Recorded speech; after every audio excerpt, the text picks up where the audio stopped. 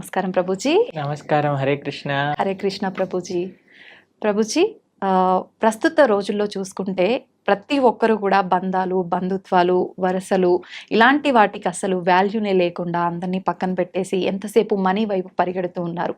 ఇలాంటివన్నీ ఎందుకు జరుగుతున్నాయి ప్రభుజీ? మనకి ఒక విషయం చెప్తారు, we have to love people and use things. కానీ మనం ఏం చేస్తున్నామంటే we are loving things and using people. అంతే. మనము ఒక వస్తువుని వాడుకోవాలి, వ్యక్తిని ప్రేమించాలి. కానీ మనం వస్తువుని ప్రేమిస్తున్నాం, వ్యక్తిని వాడుకుంటున్నాం. అవును. అలా ఆ దిశగా సమాజం నడుస్తూ ఉంటుంది అనమాట. మనకి ఎందుకు ఈ విధమైన ఒక భావన ఈ సమాజంలో ఇప్పుడు కలుగుతుంది అని అంటే, ఓవరాల్గా మనం దేనిపైన ముఖ్యత్వాన్ని ఇస్తున్నాం. చిన్నప్పటి నుంచి మీరు చూసారనుకోండి, పిల్లలకి ఏం చెప్తున్నాం మనం, బాగా చదువుకున్నానా, బాగా చదువుకుంటే మంచి డబ్బులు వస్తాయి, అంతేనా? చిన్నప్పటి నుంచి మనం వాళ్ళకి ఇన్పుట్టే డబ్బులు ఉంటేనే సుఖము అని మనం ఇస్తున్నప్పుడు ఎంతమంది పిల్లలు చెప్తారు, నాన్న నువ్వు బాగా చదువుకోవాలి, ఎందుకంటే బాగా చదువుకుంటే నీకు జ్ఞానం వస్తుంది, ఆ జ్ఞానంతో నీకు వినయం రావాలి. జ్ఞానము కేవలం నాలెడ్జ్ వరకే ఉండకూడదు, దాన్ని విజ్ఞానంగా మారాలి. విద్యా వినయేన శోభతే అని అంటారు. అయ్యా నువ్వు జీవితంలో అంత సక్సెస్ఫుల్ అవ్వకపోయినా సరే నీకు మనోధైర్యం ఉండాలి, నువ్వేం చేస్తున్నా కరెక్ట్గా చేయాలి, ధర్మాన్ని పాటించాలి, అలా చెప్తున్నారా పిల్లలు? లేదు, చాలా తక్కువ మంది. కాబట్టి మొత్తం జీవితం అంతా కూడా మనీ సెంట్రిక్, డబ్బులు ఉంటేనే నువ్వు సుఖంగా ఉంటావు అని మనము అన్ని విధాలుగా అన్ని మాధ్యమాలలో ఇదే ఫీడింగ్ అయ్యేసరికి జనాలకు అనిపిస్తుంది నాకు వస్తువే ముఖ్యము, వ్యక్తి ముఖ్యం కాదు. కానీ వ్యక్తులు కూడా అలా తయారైపోతున్నారు కదా. ఇప్పుడు చూడండి, మీరు వస్తువులో సపోజ్ ఒక ఫోన్ అనుకోండి, మీరు ఇన్స్టాగ్రామ్ చూసారనుకోండి, అందరూ బ్రహ్మాండంగా నవ్వుతూ ఫోటోలు తీస్తూ సెల్ఫీలు తీస్తూ కనిపిస్తారు. కానీ నిజ జీవితంలో వాళ్ళంతా ఆనందంగా ఉన్నారా? లేదు, నటన. కాబట్టి ఫేస్, సోషల్ మీడియాలో ఉండే ఫేస్ వేరు, నిజ జీవితం వేరు.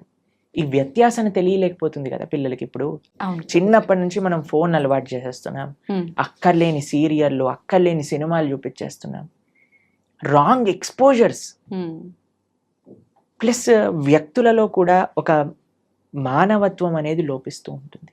ఎందుకో తెలుసా అండి, మానవీయత కేంద్రంగా ఉండేది ఒక మందిరం, ఒక హాస్పిటల్ అని అనుకోండి, మన శరీరాన్ని బాగా చేస్తుంది. ఆలయాన్ని ఏమంటారో తెలుసా అండి, మందిరము అని అంటారు. అంటే మనస్సు బాగా చేసేది మందిరం. మనకి ఇంతకు ముందు ఎలా ఉండేది అని అంటే, ప్రతి ఒక్క ఫ్యామిలీకి ఒక గురువు ఉండేవారు. గురువు శాస్త్రాన్ని అధ్యయనం చేసి అక్కడ ఉండే మంచి విషయాలన్నీ చెప్తూ ఉండేవారు.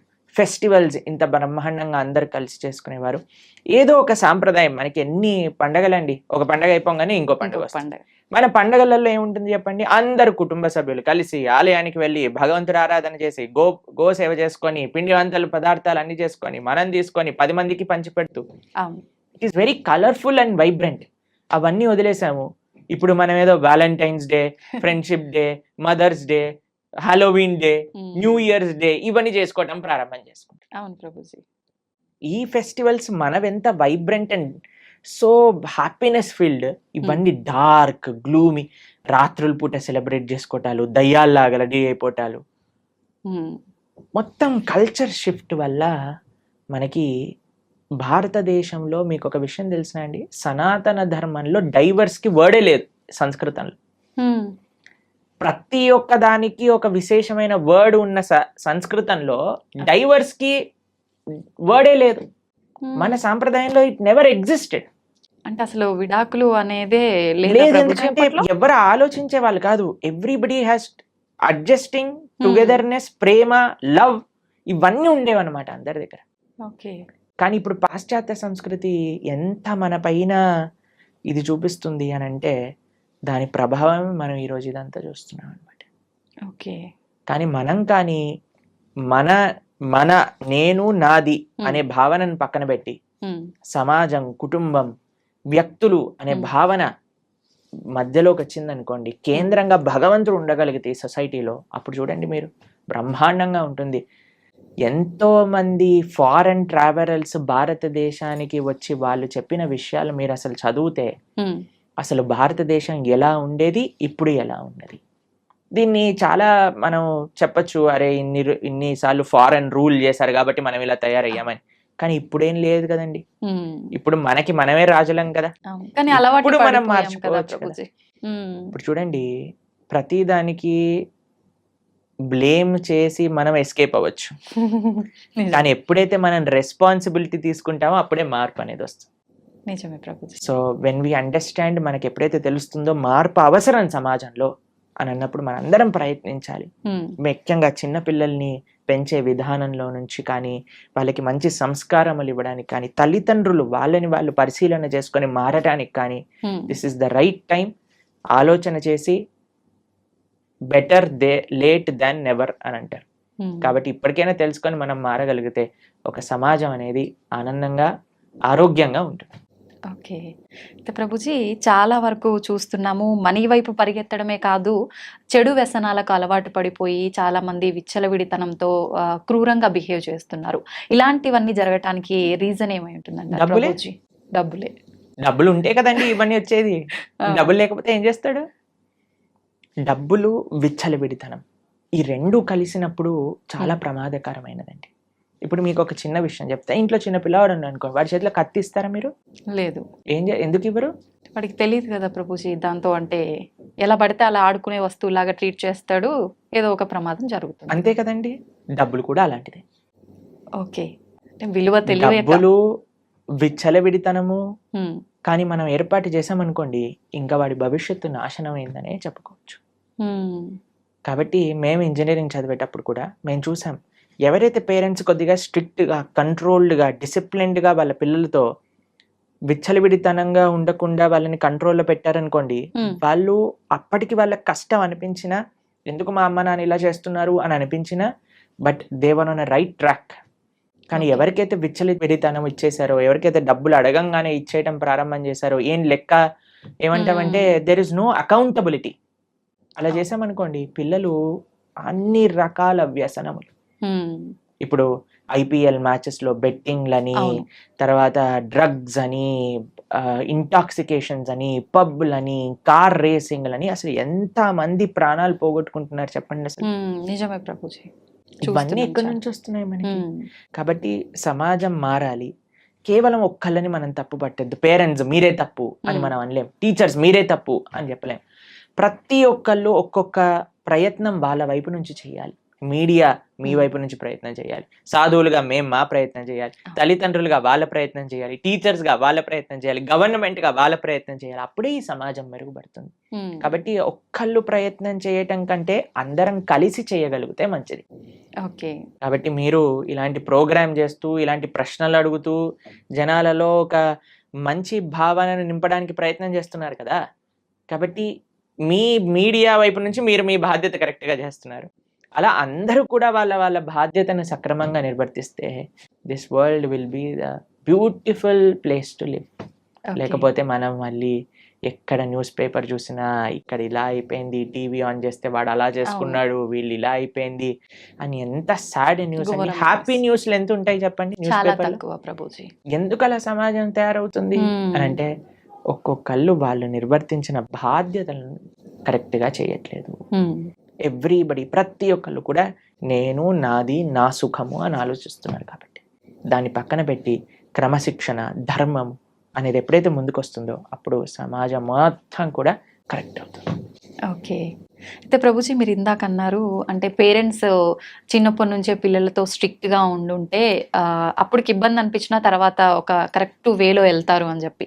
ఇప్పుడు జనరేషన్ పిల్లల్ని చూసుకుంటే పేరెంట్ అట్లా స్ట్రిక్ట్గా ఉంటే నా పేరెంట్స్ ఎప్పుడు ఇట్లానే చేస్తారు అని చెప్పి డిప్రెషన్లోకి వెళ్ళిపోయే వాళ్ళని కూడా చాలా మందిని చూస్తున్నాం కదా ప్రభుజీ. స్ట్రిక్ట్గా ఉండమని నేను చెప్పట్లేదండి, బ్యాలెన్స్డ్గా ఉండండి అని చెప్తున్నాను. ఓకే. స్ట్రిక్ట్నెస్కి బ్యాలెన్స్డ్గా ఉండడానికి చాలా వ్యత్యాసం ఉన్నది. ఇప్పుడు మనకి అదే చెప్తున్నాను, చిన్నప్పటి నుంచి మీరు వాడికి విచ్చలవిడితనాన్ని ఇచ్చేసి గారాబం చేసేసి సడన్గా ఒకరోజు నేను ఇప్పటి నుంచి స్ట్రిక్ట్గా ఉంటాను అంటే కుదరదండి. ఆ ట్రైనింగ్ పిల్లలకి, పేరెంటింగ్ అనేది చాలా ముఖ్యం.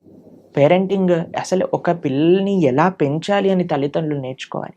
లైక్ ఇప్పుడు మీకు ఒక విషయం చెప్తాను, ప్రీ మ్యారేజ్ కౌన్సిలింగ్స్ అని జరుగుతున్నాయి తెలుసా మీకు? అసలు పెళ్లి చేసుకునేది ఏంటి, దాని బాధ్యత ఏంటి, తర్వాత ఏమి ఇబ్బందులు వస్తాయి, దాన్ని ఎలా ఎదుర్కోవాలి అని పెళ్లికి ముందే నేర్పిస్తున్నారు. దీనికి రెడీయా అంటేనే పెళ్లి చేయాలి. నిజంగా నేను చెప్తున్నాను, ప్రీ మ్యారేజ్ కౌన్సిలింగ్ అనేది చాలా ముఖ్యం ఇప్పుడు.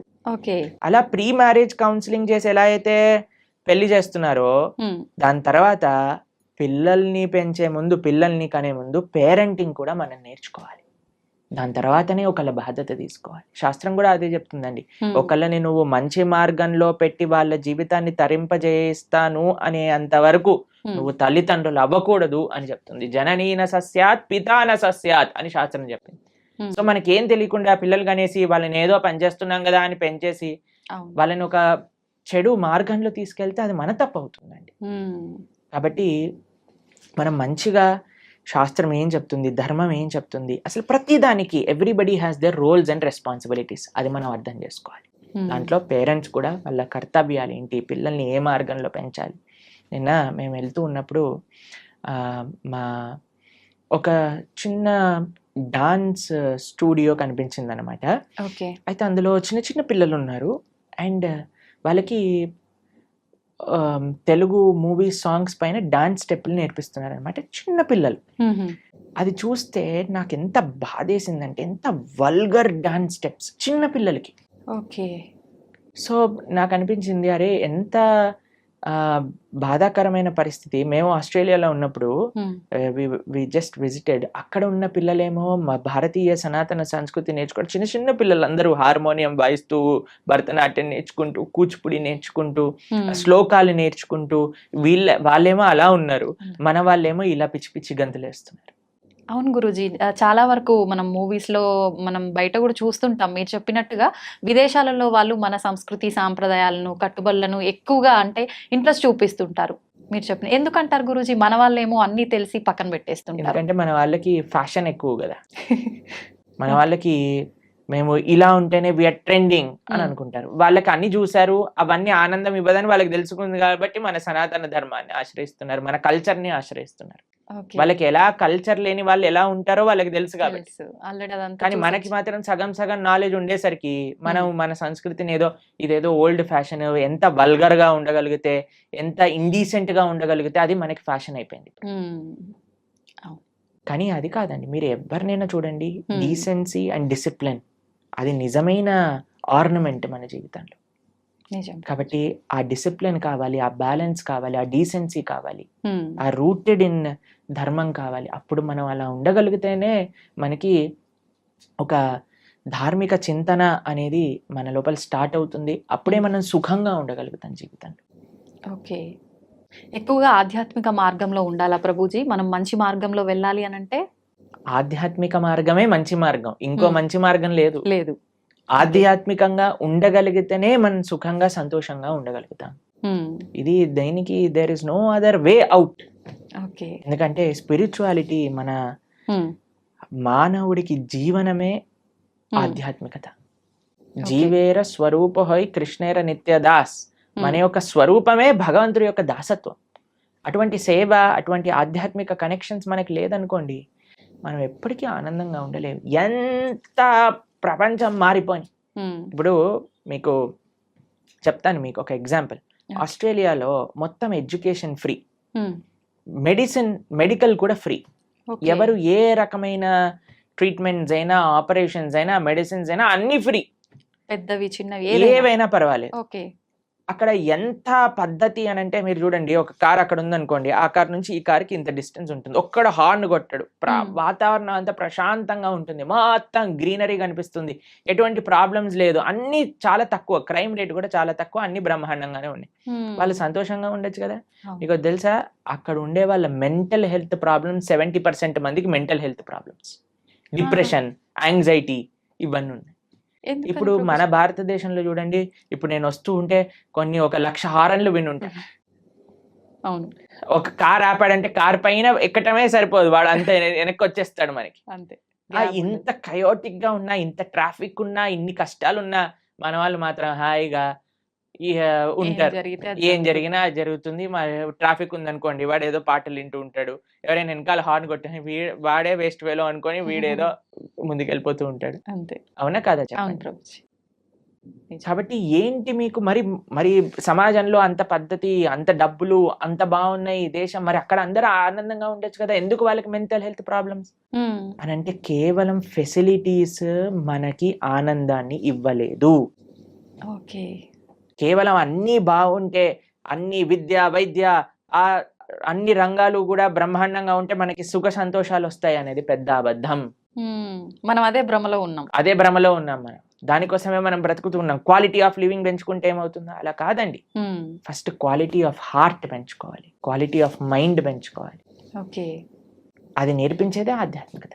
ఆధ్యాత్మికత అంటే ఏంటండి? ది క్రక్స్ ఆఫ్ ఆధ్యాత్మికత. ఒకడు బాధలో ఉన్నాడంటే వాడి బాధని నీ బాధగా స్వీకరించు. ఒకడు ఆనందంలో ఉన్నాడు, ఎదుగుతున్నాడు అంటే వాడి ఆనందంలో నీ ఆనందాన్ని చూసుకో. కానీ ఇప్పుడు సమాజంలో ఎవరైనా ఎదుగుతున్నాడు అనుకోండి కిందికి లాగేయాలి, ఎవరైనా బాధపడుతున్నాడు అనుకోండి మంచి అయింది వీడికి. ఈ భావనలు ఎందుకు వచ్చేస్తున్నాయి? ఎందుకు అని అంటే మనము మనందరి యొక్క తండ్రి అయిన భగవంతుని మర్చిపోయాం. ఇప్పుడు చూడండి, అన్న తమ్ముళ్ళు ప్రేమతో ఉన్నారనుకోండి ఆ ఇల్లు ఎంత బాగుంటుంది. ఎందుకు అని అంటే వాడికి తెలుసు నువ్వు నా చెల్లివి, నువ్వు నా అన్నవి, నువ్వు నా తమ్ముడివి. ఎందుకు అని అంటే వాడు వాళ్ళ అమ్మా నాన్న దగ్గర నుంచి విన్నారు, అయ్యా నీ తమ్ముడురా, నీ అన్నయ్యరా, చెల్లిరా. అమ్మా నాన్నల పైన గౌరవం ఉందనుకోండి, అది తోబుట్టువుల పైన గౌరవం పట్ల మారుతూ ఉంటుంది. మనం ఏం చేస్తున్నాము అంటే all Indians are my brothers and sisters అనండి. All Indians are my brothers and sisters అన్నారు. బ్రదర్స్ అండ్ సిస్టర్స్ ఎప్పుడు అవుతారండి? ఒక తల్లికి పుట్టినప్పుడే కదా, ఒక తండ్రికి పుట్టినప్పుడే కదా. ఆ భగవంతుని మనం మర్చిపోతున్నాం. కానీ భగవంతుడి సెంటర్లోకి వచ్చారనుకోండి, all Indians are my brothers and sisters కాదు, అన్ని లివింగ్ ఎంటిటీస్ కూడా మన బ్రదర్స్ అండ్ సిస్టర్స్ అయిపోతారు. ఎవరిని మనం బాధ పెట్టాం, ఎవరిని మనం హానిపరచాలి అనుకోము, ఎవరు బాధపడుతున్నా మనం చూడలేకపోతాం, ఎవరికి ఎంత తోచినంత సహాయం మనం చేయగలుగుతాం. ఆ భావన ఆధ్యాత్మిక భావన మనకిస్తుంది. ఓకే. కాబట్టి ఆధ్యాత్మికత, spirituality is most necessary in this world. అది వస్తే ఇంకా ఎటువంటి భౌతికంగా అటు ఇటు ఉన్న వ్యవస్థ మనం కానీ ఆనందంగా ఉండగలుగుతాం, మనం కానీ సుఖంగా ఉండగలుగుతాం, మనం షెల్టర్డ్గా ఉండగలుగుతాం. ఓకే. ఇది లేకుండా బయట ఎన్ని మంచి విషయాలు ఉన్నా సరే మనసు మాత్రం పరిపరి విధాలుగా ఆలోచన పెడుతూనే ఉంటుంది, ఇబ్బంది పెడుతూనే ఉంటుంది. ప్రభుజీ, ఎక్కువగా భగవంతుని నమ్మిన వాళ్ళకి, భగవంతునికి ఎక్కువ చేరువలో ఉన్న వాళ్ళకి ఇబ్బందులు వస్తాయని అంటూ ఉంటారు కదా ప్రభుజీ, మామూలుగా వింటూ ఉంటాము. అదంతా ఎంతవరకు నిజం అంటారు? అసలు నిజంగా భగవంతుడి దగ్గర ఉన్న వాడికి కష్టాలు రావు అనేది ఎంత అబద్ధమో, భగవంతుడి దగ్గర ఉన్న వాళ్ళకి ఎక్కువ కష్టాలు వస్తాయి అనేది కూడా అంతే అబద్ధం. ఈ ప్రపంచంలో అందరికీ కష్టాలు సుఖాలు వచ్చి తీరుతాయి. ఇప్పుడు చూడండి, నేను చెప్పాను అనుకోండి ఈ సంవత్సరం ఎండాకాలం లేదు, మీరు నమ్ముతారా? ఎలా సాధ్యపడుతుంది ప్రభుజీ? పడదు కదా. నేను చెప్పాను అనుకోండి ఈ సంవత్సరం ఓన్లీ ఎండాకాలం ఉంటుంది, వర్షాకాలం ఉండదు, చలికాలం ఉండదు అని అంటే మీరేమంటారు? ఓ బాగుంది, చాలా బ్రహ్మాండంగా ఉంటుంది. వినటానికి బాగుంది కానీ ఎలా జరుగుతుంది? అంతే కదా. అలా ఉండదు కదండి. వర్షాకాలం వచ్చినప్పుడు చలికాలం వస్తుంది, చలికాలం అయిపోయాక ఎండాకాలం వస్తుంది, ఎండాకాలం అయిపోయాక మళ్ళీ చలికాలం వస్తుంది, వర్షాకాలం వస్తుంది. ఇది ప్రపంచంలో అందరికీ తెలిసిన విధం. అలానే మన జీవితంలో కష్టాలు వస్తాయి, దాని తర్వాత సుఖాలు వస్తాయి, దాని తర్వాత కష్టాలు వస్తాయి, దాని తర్వాత సుఖాలు వస్తాయి. కష్టం సుఖం, కష్టం సుఖం ఈ మానవ జన్మలో ఒక పార్ట్ మాత్రమే. దీన్ని అండర్స్టాండ్ చేసుకొని యాక్సెప్ట్ చేసుకోవాలి ఫస్ట్ విషయం. దీనికి భగవంతుడికి ఎటువంటి సంబంధం లేదు. నీ జీవితంలో అంటే మనందరి జీవితంలో కష్టము సుఖము, ఎలా అయితే ఎండాకాలం వస్తుందో, ఎలా అయితే వర్షాకాలం వస్తుందో, ఎలా అయితే చలికాలం వస్తుందో, అలానే కష్టము సుఖము మిక్స్డ్ కాలం మూడు మన జీవితంలో ఉంటాయి, ప్రతి ఒక్కళ్ళ జీవితంలో. మరి భగవంతుడు ఏం చేస్తాడు? భగవంతుడు ఏమైనా కష్టాలు తీసేసే వాడిని నేను కష్టాలు తీయడానికే భగవంతుని మనం అపాయింట్ చేసుకున్నాము అని మీరు అనుకుంటున్నారా? చాలా మంది ఏమనుకుంటారో తెలుసా అండి, వాడు నా పనివాడు, నాకు ఏదైనా కష్టం వస్తే వాడు దాన్ని క్లీన్ చేయాలి, ఇలా భగవంతుని భావిస్తారు. ఇది కరెక్ట్ భావన అంటారా? చాలా తప్పు ప్రభుజీ. తప్పేనా? మరి మనం ఎందుకు అలా అనుకుంటున్నాం? భగవంతుడికి మనం భగవంతుడి సేవ చేయాలా, భగవంతుడు మన సేవ చేయాలా?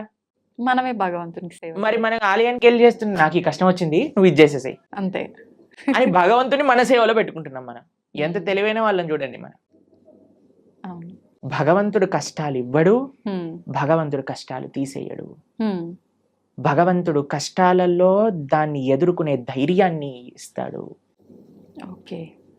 కష్టం రూపంలో మనకేదన్నా మనం చెడు మార్గంలోకి వెళితే భగవంతుడు ఒక కష్టాన్ని సృష్టించి మనల్ని కాపాడుతాడు.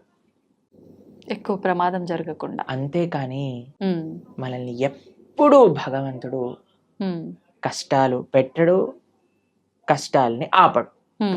మీకు ఒక ఎగ్జాంపుల్ చెప్తాను. నిన్నే మేము టీవీలో చూసాము. ఒక అమెరికాలో అట ఒక ఫ్లైట్లో 2 సీట్లు ఖాళీగా ఉన్న సీట్లు ఒకసారిగా దే బ్లూ ఆఫ్, పేలిపోయాయట ఫ్లైట్లో. అయితే ఆ 2 సీట్లలో ఉన్న వాళ్ళకి అసలు ఎందుకు రాలేదు వాళ్ళు అని చేస్తే వాళ్ళిద్దరి జీవితాలలో ఏదో లాస్ట్ మూమెంట్ ఏదో అయిపోయి వాళ్ళు వెళ్ళలేకపోయారట. అరే మేము ఫ్లైట్ మిస్ అయిపోయాం, ఆ డబ్బులు పోయాయి, అవి ఇవి అని ఫుల్ బాధపడ్డారట. ఎప్పటి వరకు అంటే ఆ 2 సీట్లు పేలిపోయాయి అని తెలిసినంత వరకు. ఇప్పుడు దాన్ని వెస్టర్న్ టర్మినాలజీస్ లో బర్న్ట్ టోస్ట్ ఫినామినా అని అంటున్నారు అనమాట.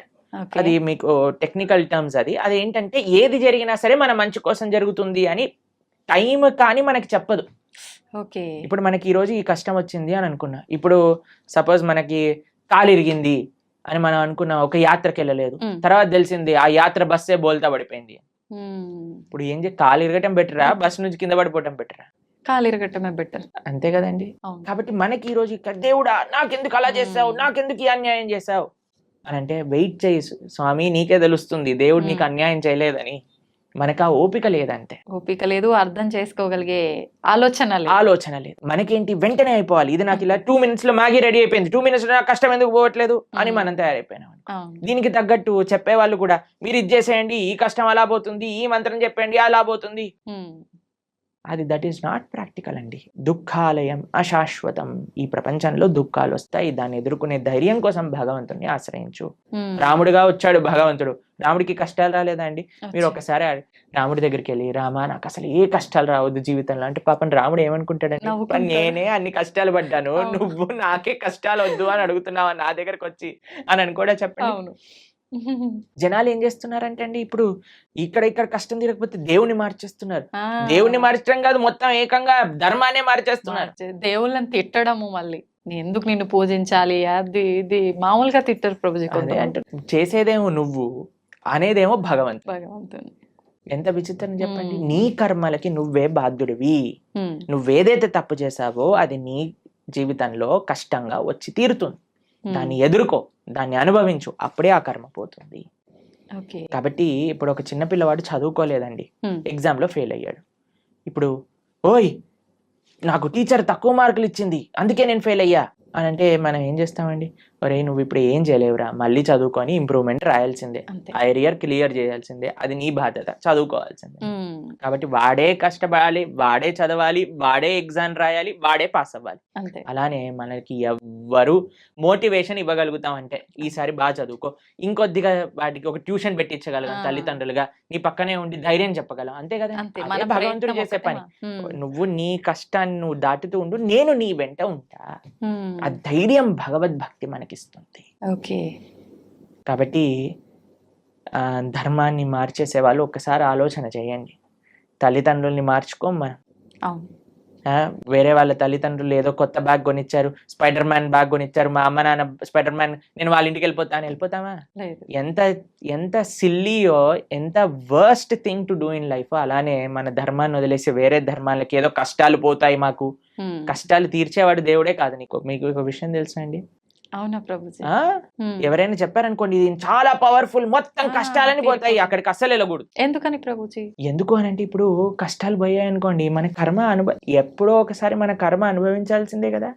ఈ రోజు కాకపోతే రేపు తప్పదు. కాబట్టి నీ కష్టం ఈ రోజు మాయమైపోయింది అని అనుకోండి, ఈ రోజు మాయమైపోతుంది, రేపు వస్తుంది, దాన్ని నువ్వు తప్పించుకోలేవు. అంటే మనం చేసుకునే కొన్ని పుణ్య కార్యాల వల్ల మన పాపాలు తొలగిపోయే అవకాశం ఉంటుంది అని అంటారు కదా ప్రభుజీ. దాంట్లో భాగంగా పుణ్యము, మంచి పనులు పుణ్యాన్ని ఇస్తాయి, చెడు పనులు పాపాన్ని ఇస్తాయి. ఓకేనా? పుణ్యము సపరేట్ గా అనుభవించాలి, పాపం సపరేట్ గా అనుభవించాలి. పుణ్యం ఎక్కువ చేసేస్తే పాపాన్ని అది తొలగించదు. అర్థమైందా మీకు? ఓకే. ఓకే. ఇప్పుడు పుణ్యం ఏదైతే ఉందో దాన్ని మీకు స్వర్గానికి తీసుకెళ్తుంది అని అనుకోండి. పాపం ఏదైతే ఉందో దాన్ని మీకు నరకానికి తీసుకెళ్తూ ఉందనుకోండి. మీరు ఎక్కువ పుణ్యం చేసేస్తే ఈ పుణ్యం వెళ్ళి పాపాన్ని ఇది చేసేదన్నమాట. పుణ్యం పుణ్యం ఖాతానే, పాపం పాపం ఖాతానే. ఈ రెండూ పోవాలి, ఈ రెండుతో మాకు పని లేదు అని అన్నప్పుడు మనం భగవంతుడికి శరణాగతి చేయాలి, భగవంతుడి యొక్క భక్తి చేయాలి. అప్పుడు మనకి పుణ్యంతో సంబంధం ఉండదు, పాపంతో సంబంధం ఉండదు. భగవంతుడిని ఆశ్రయించడం, భగవంతుడిని చేరుకోవటం, ఇది భక్తి మార్గము అని అంటే. కాబట్టి ఫస్ట్ పాపాచరణ మానుకోవటం మనుష్యత్వం, మనుష్యత్వంలో పుణ్యాచరణ, మంచి మనిషిగా మారటం, మంచి మనిషిగా మారిన తర్వాత ధర్మాన్ని తెలుసుకొని భక్తిని ఆశ్రయించి భక్తుడుగా మారటం. ఇట్లా 3 స్టేజెస్ ఉన్నాయి. కాబట్టి ఫస్ట్ స్టెప్ ఇస్ పాపాన్ని పక్కన పెట్టండి, పాపాచరణ తప్పు. దాని తర్వాత నెక్స్ట్ స్టేజ్ మంచి మనిషిగా మారటం, మంచి మనిషిగా మారాక ధర్మం గురించి, దేవుడి గురించి తెలుసుకోవటం, భగవంతుని ఆశ్రయించటం. అప్పుడు మనకి పాపంతో సంబంధం ఉండదు, పుణ్యంతో సంబంధం ఉండదు, భగవంతుడితో మాత్రమే సంబంధం ఉంటుంది. అలా సాధ్యపడుతుందా ప్రభుజీ అట్లా ఉండడం? తప్పకుండా. ఇప్పుడు చూడండి, రోడ్డు పైన మురికి నీళ్ళు ఉన్నాయనుకోండి, ఒక మనం బకెట్ల మురికి నీళ్లు రోడ్డు పైన పడేసాం అనుకోండి, మీరు మధ్యాహ్నం కల్లా వచ్చారనుకోండి, అక్కడ ఒక్క చుక్క నీరు కూడా ఉండదు. ఎందుకు చెప్పండి? సూర్యుడు మొత్తం లాగేస్తాడు, అన్నిటినీ ఎవాపరేట్ చేసేస్తాడు, అంతేనా? పెద్ద పెద్ద నదులే ఎవాపరేట్ అయిపోతాయి. సూర్యుడికి ఆ శక్తి లేదా? అలానే భగవంతుడికి కూడా ఆ శక్తి ఉంది. భగవంతుడిని ఆశ్రయించినప్పుడు, భగవంతుడికి శరణాగతి, భగవంతుడు చెప్పిన మార్గాన్ని, అలా దేవుడి దగ్గరికి వెళ్ళి 10 రూపాయలు టికెట్ ఇచ్చి, అయ్యా నీకు అర్చన చేయించేసా, నా పాపాన్ని తీసేసాయి, ఇలా బిజినెస్ ట్రాన్సాక్షన్ కాదండి. మనస వాచ కర్మన భగవద్ మార్గంలో మనం నడిచినప్పుడు, భగవంతుడికి శరణాగతి చేసినప్పుడు, ఆయన మన దగ్గర ఉండే ఎటువంటి కర్మ బ్యాగేజ్ నైనా సరే ఆయన మొత్తం డిసపియర్ చేసేయగలరు. అది భగవంతుడికి ఉండే శక్తి. ఎప్పుడు మనం నిజమైన భక్తి మార్గంలో నడిచినప్పుడు, అది ముఖ్యం. ఓకే. హడావిడి హంగామాలు ఆర్భాటాలు చేస్తుంటారు మామూలుగా, భగవంతుడి విషయంలో వచ్చేసరికి అవన్నీ కాకుండా మనస్ఫూర్తిగా మనం దైవ మార్గంలో ఉండాలి. హంగామా, హడావిడి, ఆర్భాటం ఎందుకు చేయకూడదు? చేయొచ్చా గురుగారు? ఎందుకు చేయకూడదు అని అడుగుతున్నాను. ఒక మ్యారేజ్ డే మనం సెలబ్రేట్ చేసినప్పుడు, 25th మ్యారేజ్ యానివర్సరీ ఓ పెద్దగా గందరగోళం చేసేసినప్పుడు, పిల్లవాడి ఫస్ట్ బర్త్డే ఇంత పెద్దగా చేసినప్పుడు, ఒక పెళ్లికి కొన్ని లక్షల కోట్లు ఖర్చు పెట్టేసినప్పుడు, భగవంతుడికి పూజ మాత్రం ఎటువంటి ఏమీ చేయకూడదు, స్వామికి దాలియాలు కట్టకూడదు. మన వాళ్ళు ఇప్పుడు మొన్న మాకు ఒక వీడియో పంపించారు, ఒక ఫేమస్ యాక్ట్రెస్ బాలీవుడ్ లో అంటుంది, నేను టాయిలెట్ కైనా డబ్బులు ఇస్తాను కానీ గుడి కట్టడానికి డబ్బులు ఇవ్వను అని. ఎందుకు అంత? ఎందుకు అని అంటే, నో మోర్ రిలీజియస్ ఇన్స్టిట్యూషన్స్ అని ఏదో దానికి జనాలందరూ కరెక్టే చెప్పింది, రిలీజియస్ వల్ల ఒక ఆలయం కట్టడం వల్ల ఏమి పని ఉంది దానికి అని అంటున్నారు. ఎందుకంటే అందరు ఇలాంటి మెంటల్ గా తయారవుతారు. అవును, ఆలయాలు లేవు కాబట్టి, రిలీజియస్ ఇన్స్టిట్యూట్స్ తక్కువ అయ్యాయి కాబట్టి ఇలాంటి వాళ్ళు పుడుతున్నారు. నిజమే. టాయిలెట్ మెంటాలిటీ కలిగిన వాళ్ళు. అదే ఆలయానికి ఇచ్చుంటే, భగవంతుడికి ఇచ్చుంటే మంచి మనస్తత్వం ఉన్న వాళ్ళు పుట్టేవారు. ఇలాంటి వాళ్ళని ప్రపంచంలో ఎవరు గుర్తుండరండి. ఒక 10-15 ఏళ్ల తర్వాత ఎవరిని దే విల్ నాట్ రిమెంబర్. కానీ మనం ఇప్పటికీ గుర్తు పెట్టుకునేది ఎవరిని అని అంటే, శివాజీ మహారాజ్ లాంటి రాజులని, ఎవరైతే ధర్మం కోసం కాపాడారు, దేశం కోసం ప్రయత్నం చేశారు, దేశం కోసం, దైవం కోసం, సమాజం కోసం. ఇటువంటి భావనలే రావట్లేదండి జనాలకి ఈ మధ్య. మొత్తం ఫ్యాషన్ అయిపోయింది. భగవంతుడి యొక్క ఆలయం రామ మందిరం కట్టడానికంటే ఎందుకు ఇన్ని వేల కోట్లు, అందరినీ పేద ప్రజలకు పంచేయచ్చు కదా. ఎన్ని రోజులు పంచుతావు అనేది ప్రశ్న. ఈ రోజు నువ్వు అన్నం పెట్టగలవా, రేపు పెట్టగలవా, ఎల్లుండి పెట్టగలవా, ఆకలి తీరుతుందా? కానీ భగవద్ ఆలయం ఏం చేస్తుంది అంటే మనసుని మారుస్తుంది, ఒక మంచి ప్రేరణనిస్తుంది. ఒక ఆలయం దేన్ని విషయాలకి కేంద్రం చూడండి మీరు. ఒకటి ఆర్ట్, కల్చర్, ట్రెడిషన్, హెరిటేజ్, ఎన్నిటిని నిలుపుకుంటుంది రామమందిరం. ఒక మందిరం మీరు చూసారంటే ఎన్ని వ్యవస్థలు, పూలు అమ్ముకునే వాళ్ళకి మందిరం, ఒక ఫార్మింగ్ చేసే వాళ్ళకి మందిరం, ఒక ఆర్ట్స్ నేర్చుకునే వాళ్ళకి మందిరం, భగవంతుని ఆశ్రయించిన వాళ్ళకి మందిరం. ఒక మనసులో ఒక ఉత్సాహం, ఒక నమ్మకం, ఒక విశ్వాసం, ఒక ధైర్యం కావాలంటే గుడికి వెళ్తామండి. మీరు మీ జీవితంలో ఎప్పుడైనా వెళ్ళారా అలా? అందరం వెళ్ళే ఉంటాం కదా. ధైర్యం కావాలి. భగవంతుడా మేము ఈ కష్టంలో ఉన్నాం, ఒక ధైర్యం నింపుకోవడానికి భగవంతుడి దగ్గరికి వెళ్ళి చెప్పుకుంటాం మనం. ఎక్కడికి వెళ్తాను ధైర్యం కావాలంటే చెప్పండి. అసలు ఈ ప్రపంచంలో ఎక్కడైనా ఏ ప్రదేశం ఉందా ధైర్యం కోసం వెళ్ళడానికి? మీరు థియేటర్కి వెళ్తే ధైర్యం వస్తుందా? లేదు. పార్క్కి వెళ్తే ధైర్యం వస్తుందా? లేదు. షాపింగ్ మాల్కి వెళ్తే ధైర్యం వస్తుందా? భగవంతుడి దగ్గరికి వెళ్తే ధైర్యం వస్తుంది. ఆ నమ్మకం, ఆ విశ్వాసం, ఆ పట్టుదల, ఏదో ఒకటి ఇన్స్టిట్యూషన్, మన కల్చర్ని, మన ఆర్ట్ని, మన ట్రెడిషన్ని, మన సాంప్రదాయాన్ని నేర్పించే ఇన్స్టిట్యూషనే మందిరం. కాబట్టి మనకి వీ వాంట్ ఎవ్రీథింగ్. ఎప్పుడైనా మీరు హైదరాబాద్లో ఈ 5 స్టార్ హోటల్ కట్టబోతున్నారు, వాడిని అడిగారండి, ఎందుకు 5 స్టార్ హోటల్ కడుతున్నావు? నీ పక్క నుండి స్లమ్లో అన్ని డబ్బులు బంద్ చేసేయి, 1 స్టార్ హోటల్ కట్టు సరిపోతుంది అని మనం ప్రశ్నిస్తామండి? లేదు. ఎందుకు? మనకు కావాలి. ఎవరైనా 700 crores 1000 crores పెట్టి మూవీస్ తీస్తే వాడికి వెళ్ళి చెప్తామా, ఒరే నువ్వు ఈ మూవీ తీయకరా, మేమందరం ఏం పర్వాలేదు, చూడకపోయినా పర్వాలేదు, నువ్వు 1000 కోట్లు పనిచేసే జనాలకి అని చెప్తారా అండి ఎవరైనా? లేదు.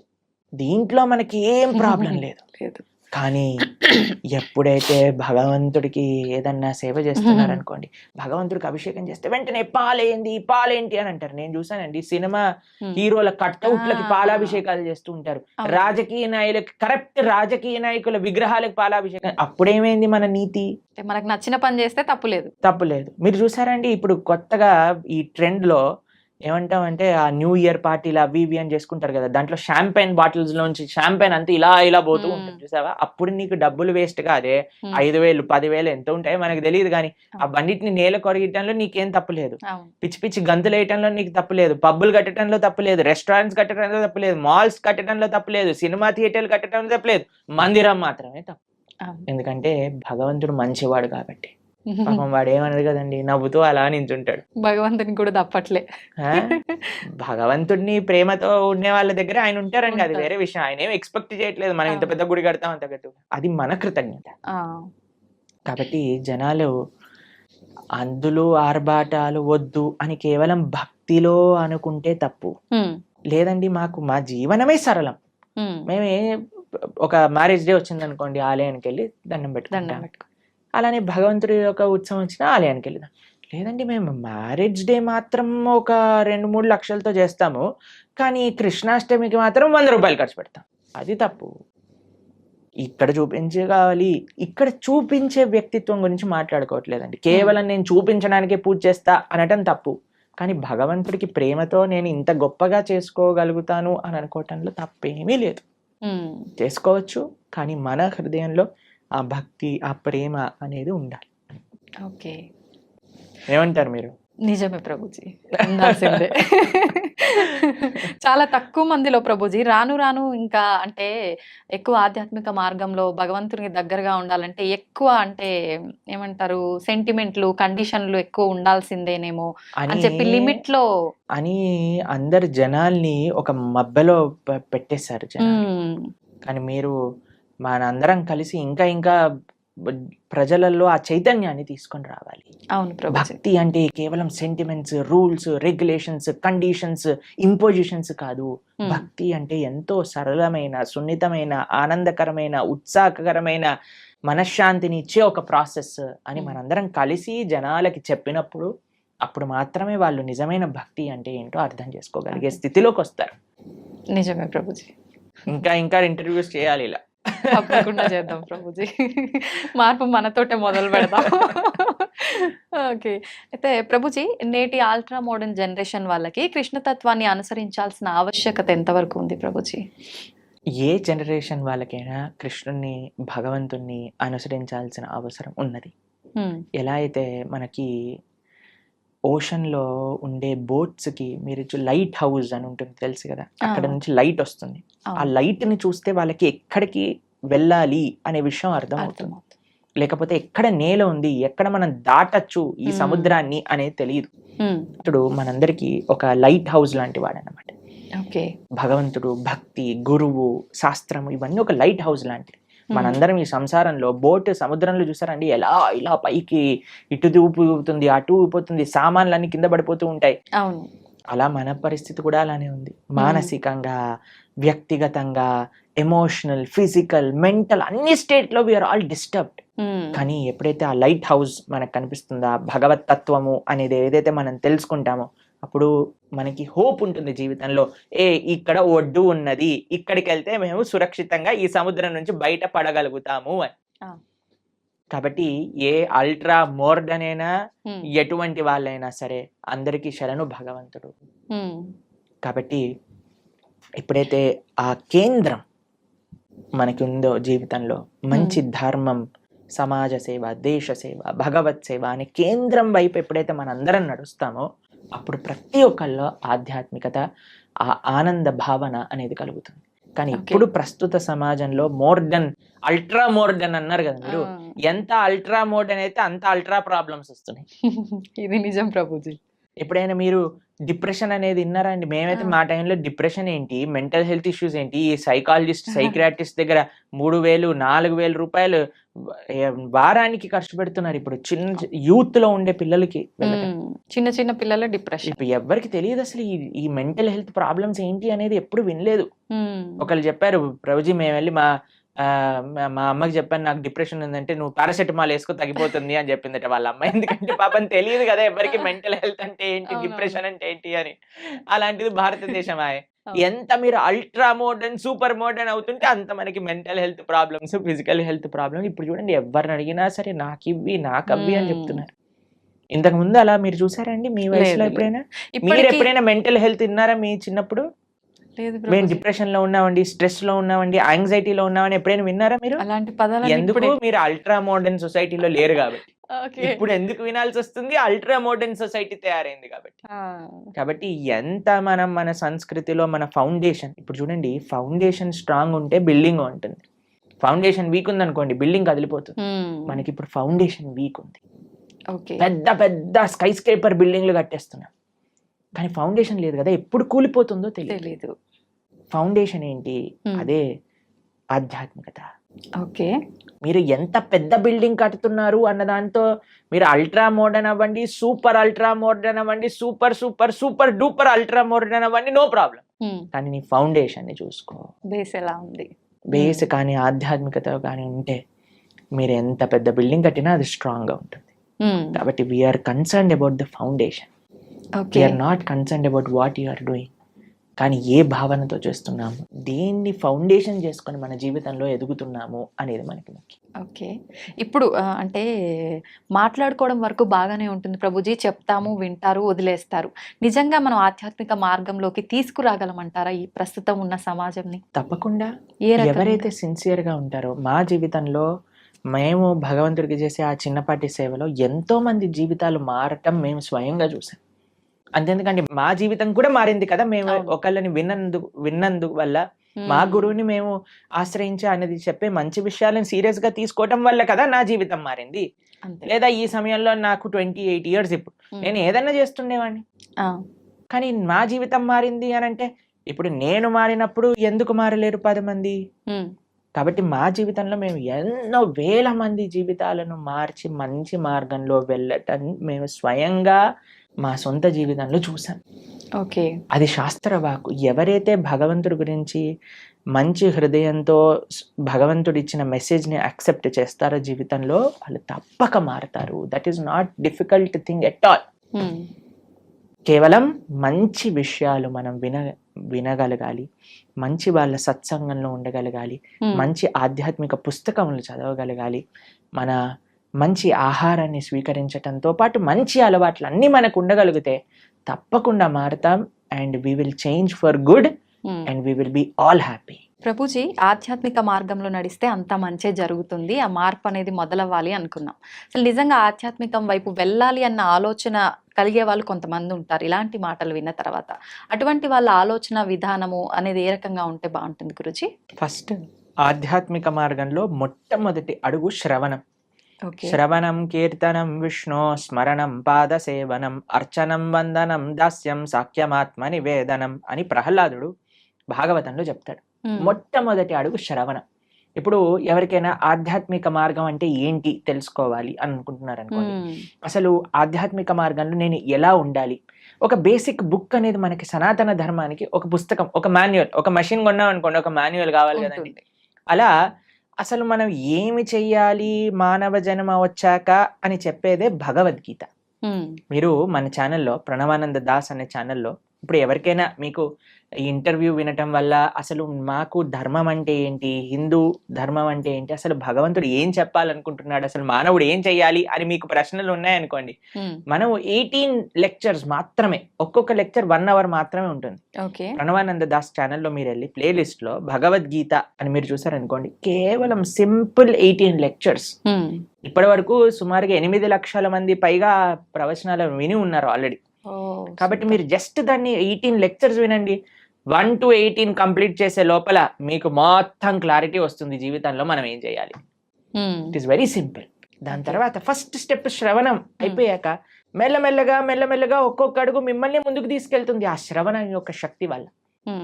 కాబట్టి మీరు ఇప్పుడు హాలిడేసే కాబట్టి మీకు అంత బిజీగా ఉండరు అని నేను భావిస్తున్నాను. కాబట్టి అట్లీస్ట్ ఈ సమ్మర్ హాలిడేస్లో ఈ 18 లెక్చర్స్ భగవద్గీత, సంపూర్ణ భగవద్గీత ప్రణవానంద దాస్ అనే యూట్యూబ్ ఛానల్లో మీరు విని చూడండి.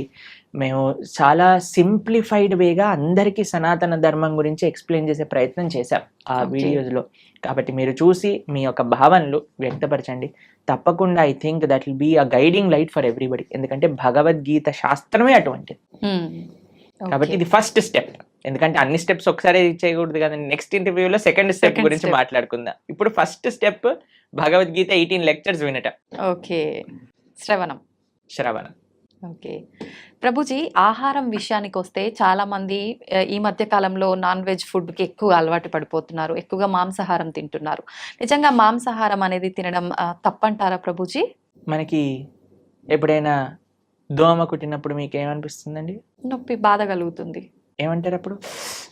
దోమ కుట్టింది పాట్ అని వేసేస్తారు కొంతమంది. అయితే అరే ఆ దోమ ఎక్కడుందో పట్టుకొని రారా, దాన్ని ఎలా అయినా చంపేయాలి. ఇప్పుడు బాటిల్ తీసుకొని ఏమంటారు, మీరు యుద్ధానికి వెళ్ళినట్టు దోమలు వెనకాల పడి దోమలు చంపేస్తాయి. ఇంత పెద్ద శరీరం నీది, ఇంత చిన్న దోమ, ఇంత చిన్న చీమ కుడితే అబ్బో చీమ కుట్టింది, నీళ్లు పోసేయండి, చీమలు అన్నిటి తీసేయండి, లక్ష్మణ్ రేఖ పెట్టేసేయండి.